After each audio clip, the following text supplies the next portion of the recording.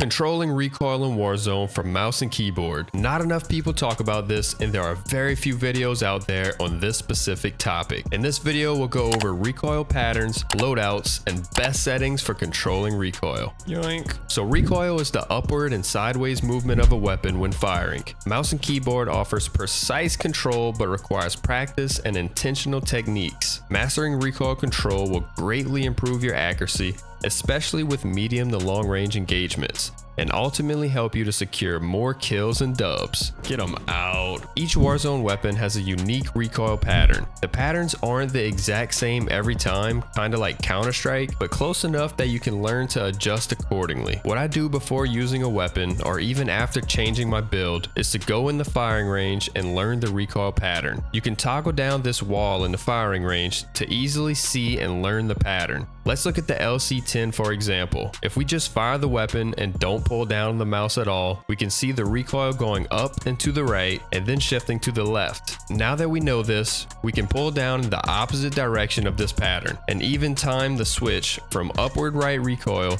to upward left recoil. This is easily done in the firing range, but applying it to in-game scenarios is a little more difficult. To practice this in-game, just stay mindful of what you're doing and get those reps in.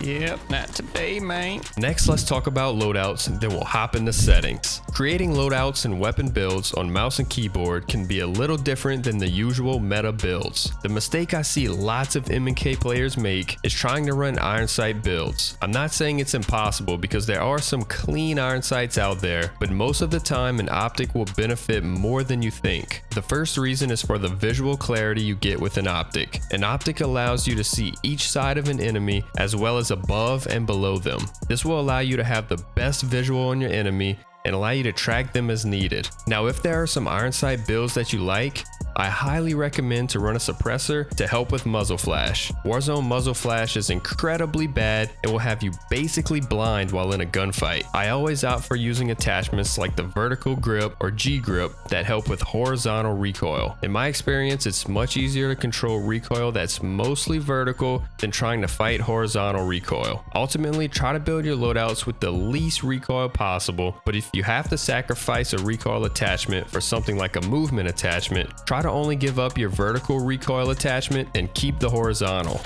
Oh my goodness. Now that we've talked about patterns and loadouts, let's jump into the best settings. The number one settings that will improve your control is the ADS field of view. Make sure this is set to affected and not independent. The difference in these two is that independent will zoom in more when you ADS, which some people think helps to see the enemy, but at the same time, it'll feel like you have an insane amount of recoil because of the zoom in. Affected, on the other hand, stays zoomed out a little more when aiming down sights. With this comes a significant feel of recoil reduction. The same principle applies to regular FOV. I always recommend a 120 FOV for M&K players for that reason. 120 FOV not only gives you max visibility of your surroundings, but also gives you that same recoil reduction feeling from being zoomed out more.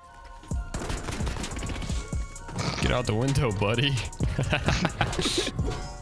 Ooh. Lastly, we'll cover mouse grips. The way you grip your mouse directly contributes to recoil control potential. The two most common grips are palm and claw. Palm grip is the worst of the two because your palm touches the mouse, which restricts you being able to slowly pull down on the mouse with your fingertips. You basically have to slide your whole arm backwards to control recoil, which isn't ideal. Claw grip, on the other hand, leaves more space between your palm and the mouse. This allows you to make those micro adjustments through slowly pulling down on the mouse with your fingertips. You can still run out of space this way and have to slide your arm down, but it's less likely and also engages more muscles, which leads to better precision. Rats. If you learned something new in this video, consider hitting that like and subscribe button, or even sharing with a friend who's also looking to improve their mouse and keyboard skills. Stay tuned for more Warzone M&K videos just like this. Thanks for watching, and I'll see you in the next one.